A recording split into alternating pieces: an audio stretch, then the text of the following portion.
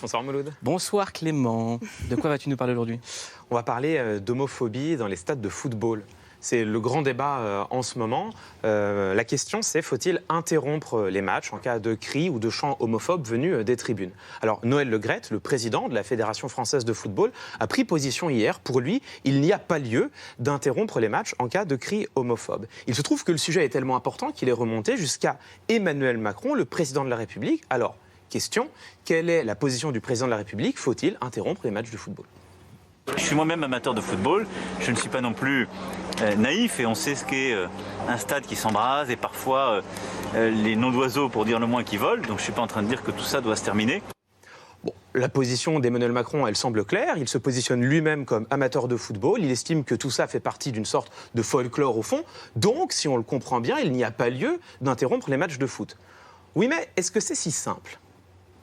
On ne peut pas expliquer tous les jours à nos jeunes et moins jeunes qu'il faut mettre de la décence dans le pays, qu'il faut enlever de la violence et dire qu'il faut accepter de toute éternité les pires choses.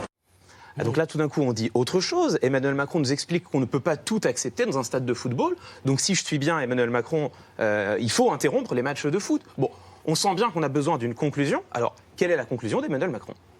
Donc chacun doit un peu bouger. Je suis confiant sur la réconciliation, le sport doit unir et je souhaite bon courage à notre équipe de football.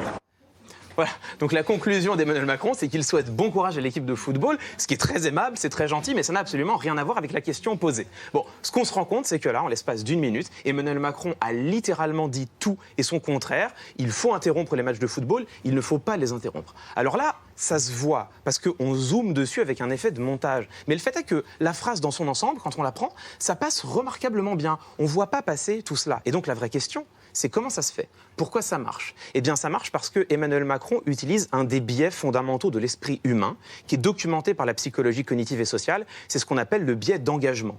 Au fond, la chose est assez simple. Nous détestons être en incohérence avec nous-mêmes. Nous détestons avoir à changer d'avis. Pour notre cerveau, c'est quelque chose de très inconfortable et donc nous déployons inconsciemment des stratégies pour ne pas nous retrouver dans cet inconfort. Et l'une de ces stratégies, c'est ce qu'on appelle l'attention sélective. Nous avons tendance à retenir beaucoup plus les informations qui vont dans notre sens, qui nous confortent dans ce que nous croyons déjà. Et c'est exactement ce qu'exploite Emmanuel Macron. Ici, dans cette séquence, tout le monde entendra ce qu'il veut entendre. Ceux qui sont pour l'interruption des matchs entendront qu'Emmanuel Macron est pour l'interruption des matchs, ils seront contents. Ceux qui sont contre l'interruption des matchs entendront qu'Emmanuel Macron est contre, ils seront contents. Ceux qui n'ont pas d'opinion estimeront qu'Emmanuel Macron est un peu flou, ils ne seront pas mécontents. Donc, ça fonctionne.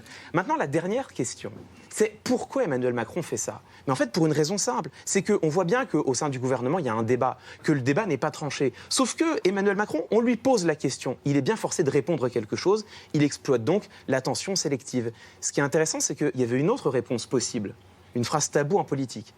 Je ne sais pas. Et ça, je ne sais pas, un président ne devrait pas dire ça dans notre espace médiatique. Bravo Clément.